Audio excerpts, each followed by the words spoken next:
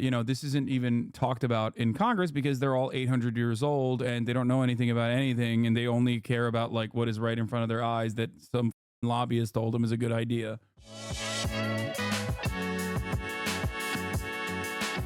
Speaking of Tic Tacs, we're gonna have a TikToker on the stream now. Where the fuck is he? All right, here. Hello, can you hear me? Oh no, can you see me? Yeah, I can see you. Can you hear me? Boomer, dude. You see this? Like, not even tech proficient. This is why he No. doesn't want TikTok to be banned. Okay. Hold on a second. Wait.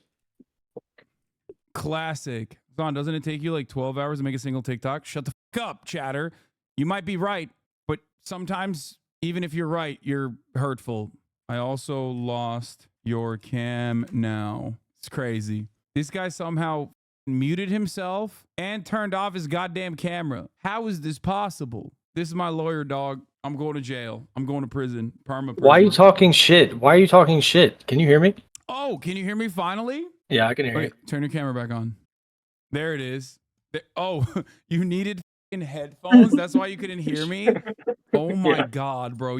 This is why you don't want TikTok banned, because you have no clue. That's not why. You have no clue as the you don't want TikTok banned because sound off. Why I do you can't not see want you. TikTok banned? Be honest. Yeah, you can't see me. Sorry. I'll give it to you. Hold on. Here you go. Oh wow. Oh hey, how you doing? I thought I was banned. Yeah, well, you know, your only mode of making money is like being taken away from you if you you couldn't have picked a better I'm gonna be homeless. You couldn't have picked a better time to quit your cushy. Who is my cushy job? Yeah. Who's the David Dobrik guy who like used to be in the David Dobrik circles and now he goes on TikTok live and like begs for money? I could be like your version of that guy. It might be Jason Nash, who's the older one. Yeah, is he the older Jason one? Nash. Yeah, it's Jason Nash. Yeah. Yeah, I could be your Jason Nash. I could just come to your house and ask you to give me money. Yeah. No, I mean, it's a personal attack on me specifically because they saw my fire videos that I've been producing lately and they were like, we can't have him monetizing. He'll be too powerful. They saw the Lisan Al-Gaib one that you did with the sandworm? Yes. And they got upset because it was so good. Many people are saying you're Elon Musk's favorite TikToker. What do you have to say for that? Yeah, I mean, it's true, but what can I say? You know, a broken clock. A broken clock is right twice a day. A broken clock is right twice a day. Look, I mean, you know, he could probably enjoy the Mona Lisa or something, you know what I mean? Or just like a beautiful piece of art. More like mid-Elisa. The better version of that is the AI version that I created with big-ass tits. That's right. Wokeness is dead. Mona Lisa has big tits now. Mona Lisa Ann. Do they have one of those? Yeah, I made it. You made it in Mid-Journey? Yeah, I made it in Mid-Journey, and she has fat titties. Why are you doing this? Are you okay? I'm having a good time. I'm having a good old time talking to. Why do you do this? A liar and a son of a bitch who said he wanted to come to Australia with me, only to. Oh wait, no. I need to talk about this. Lead me astray. No. I need to talk about this right now because I have the receipts. Augustus Gloop. You're in my phone as Augustus Gloop. Yeah, I don't even know what that meant, by the way. And then you were like, "You're a fat kid who likes chocolate." Okay, you're fat shaming me. I'm not fat shaming you. He's fat shaming me. Get his ass, chat. No, I want to be really clear. First of all, you initially said that I was banned on the trip. That was what you first said. And then you texted me like a week ago. You know, normal people can't just go to Australia with 2 weeks notice. Yeah, well, right? I thought you were a TikToker. You're out of touch. I thought you were a TikToker without a real big boy job now, no more. Okay, so Hasan, let me tell you something about real jobs. I know it's been a while since you worked one. I'm sorry, that was too mean. Wait, I wasn't listening. Sorry. I zoned out. TikTok has broken my attention. I have attention deficit. You have to give notice before you leave a job. I gave them notice. I can't leave the last week of my job to go to Australia with you. Oh, bro, it's cool. Okay, all jokes aside, who is this clown Lamau? Okay, revoke. This is a public defender and friend of mine. His name is Alex. He's known as LolOverruled on TikTok. You are the reason why we can't make jokes. Holy shit. People take it seriously and they start getting mad. Don't get sensitive and think that this is serious, Alex. Okay? It's not serious. We're just fucking around. Who's getting sensitive? Not me. Oh yeah, never, never you. I'm not sensitive. I was just explaining my position. That's all. Okay, so all right, let's talk about it. TikTok, Chinese psyop. Okay, if you are on TikTok and successful, relatively successful, you are a Chinese communist spy. Absolutely. What do you have to say to that? You said you were very mad.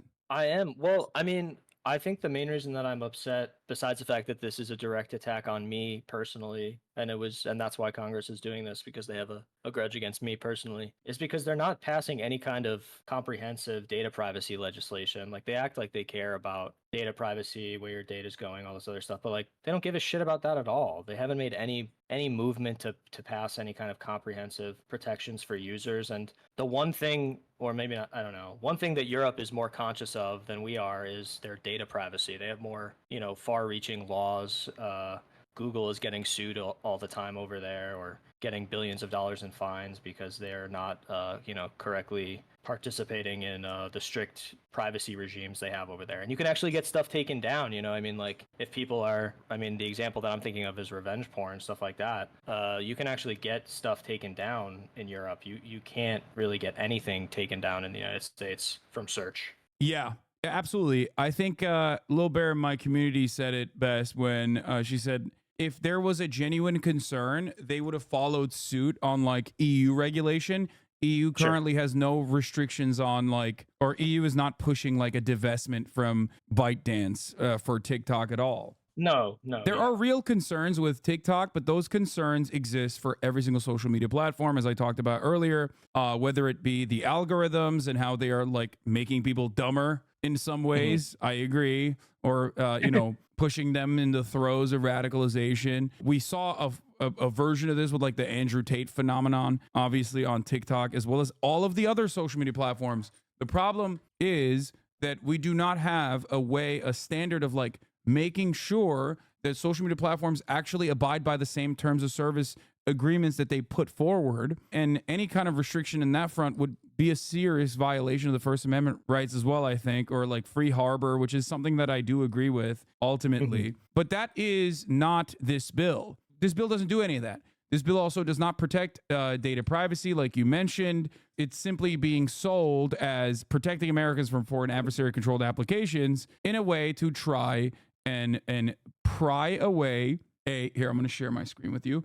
In a way to try and pry away a very successful social media application and gift wrap it and hand it to like a loyal American capitalist instead. Yeah, totally. And I think there's also concerns about, content moderation generally, because the alternatives that people have for getting news and information out, like, Instagram or using Reels, which has a similar structure to the way TikTok works, has the problem that they have consistently been silencing and censoring a lot of people talking about Gaza. And in fact, I think one of the largest pages on Instagram was banned recently. Eyes on Palestine was banned. Yeah, Human Rights Watch, literally, what you're talking about is like Human Rights Watch actually did a report on Meta, Facebook, specifically banning pro-Palestinian voices and pro-Palestinian accounts or any kind of like mention of Palestine in general. And they're doing this openly. I think that there is an element of controlling the narrative and controlling the information. Here's lead sponsor of the TikTok bill, Representative Mike Gallagher, admitting the real reason that they're rushing to ban TikTok because it's becoming the dominant news platform for Americans under 30 and the U.S. government doesn't control it. Yeah. I wanted to hear your perspective on this though, really quickly, because I think Nancy Pelosi, love her, hate her, does present a pretty good argument here. I wanted to hear what you had to say about this. This is not an attempt to ban TikTok. It's an attempt to make TikTok better. Tic-tac-toe. A winner. A winner. This Fire. Is that the main argument? That's bars, actually. Yes, you're speechless because she just owned you in the marketplace. She's awesome. Didn't she just make prosecutor? If this is the prosecutor and you're in court, your client is going to perma prison. Yeah, he's going to federal space prison. Yeah. I would be interested to see what her most recent stock trades are. But I will say that her meta stocks are going nutty mode. Yeah, she's a queen, and those are bars. And actually, I take back everything I said. Now I think she's right. Tic-tac-toe. It's over for me. I'm gonna be out of it. I'm out of a job. I'm out of a second job. Okay, so you're angry. I wanted to hear more of your commentary on the situation. We're gonna be serious for a moment. Okay. About everything that's going on, because I feel like I've covered this up and down all the way through. But I'm wondering if there's an angle that you, as a TikToker, first and foremost, could bring to the table that I haven't talked about. I mean, I think something that's interesting that hasn't been talked about too much is the fact that there are millions of people who run their small businesses, legitimate small businesses, not like drop shipping, but like legitimate small businesses through TikTok, or have been able to have success running small businesses because of TikTok. Millions of Americans who will be absolutely screwed over by this. I am not one of those people. Obviously, I would be sad to lose some income. Not that I'm getting a lot. I'm not getting that much money from TikTok, but I think that's an aspect of this. And what really scares me is that the language in this bill that they passed yesterday is very reminiscent of the Restrict Act's language, which I made a mistake earlier on Twitter. I apologize, because I thought that they had passed the Restrict Act. That was incorrect. The Restrict Act is still floating, though, and some of the language is carried over from the Restrict Act. What I'll note is that, you know, foreign adversary as a term is a malleable term. It's not a fixed term. They can add countries to foreign adversary. This is just a foot in the door, in my opinion, to opening up the possibilities of censorship. And people are still talking about VPNs. They're like, oh, I can use a VPN. It's no big deal. I think based on my reading of this, VPNs face civil penalties if they, you know, provide access. Like, I could see a situation where major VPN providers, if this bill is passed, will just prevent people from going to TikTok so they can avoid getting in trouble. Yeah, which, by the way, is ironic. One thing I just mentioned is, like, I come from a country that has serious restrictions on what you can access online, Turkey. VPNs work there, obviously. Turkey recently even went so far as to ban first Kick for gambling, and then also Twitch as well. Since then, it has been unbanned, but, like, things like this do not happen in America for one very good reason. It's not because, like, we value free speech or anything. I mean, I'm sure some people care about it, but ultimately it's because these are treats. And my take earlier was that, like, if you take the treats away, people are going to get very frustrated, because the American project hinges on you being able to have unrestricted access to your treats. I do need my treats. That is why I will say I'm extra upset, because I have a broken, rotted out brain, and I do need my treats. And it doesn't help that I just quit my job, and I was looking at, like, damn, I brought in some money from TikTok this week,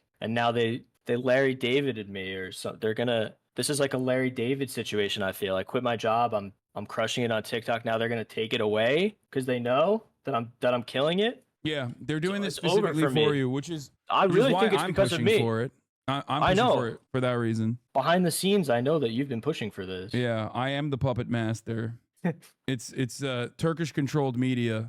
It's not George Soros. He's a broke boy. I'm the real billionaire. I also think it's important to consider, quite genuinely, even though it might seem like an exaggeration, the impact that TikTok had as a platform over the last 4 years, you know, during the summer of 2020, obviously in the last several months in relation to everything that's happening in Palestine.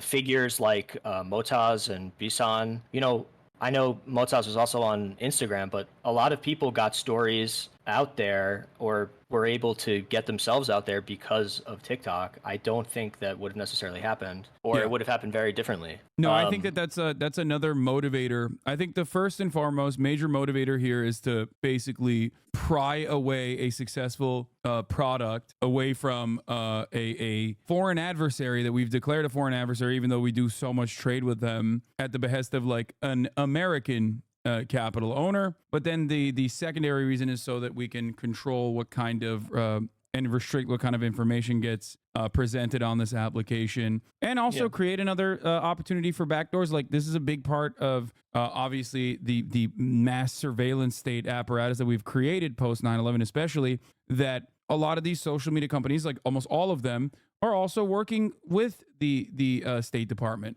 Whether it be surveilling foreign nationals or whether it be surveilling the American population. And I think that presents a big national security problem for Americans, not because, like, China is surveilling us by way of TikTok, because, like, as we talked about earlier, data brokers exist regardless. If they want our information, they can just, like, go and buy it, probably cheaper than, like, operating an entire platform in and of itself. It is more so to ensure that, you know, we have yet another avenue for controlling all of the back end information that we can give to the government if need be, to the intelligence communities if need be. I mean, it's also intensely hypocritical, like, you know, when we talk about the Great Wall, the firewall in China, for their internet access, you know, being concerned, or members of Congress acting very concerned about what people have access to in other countries, and then to turn around and do this.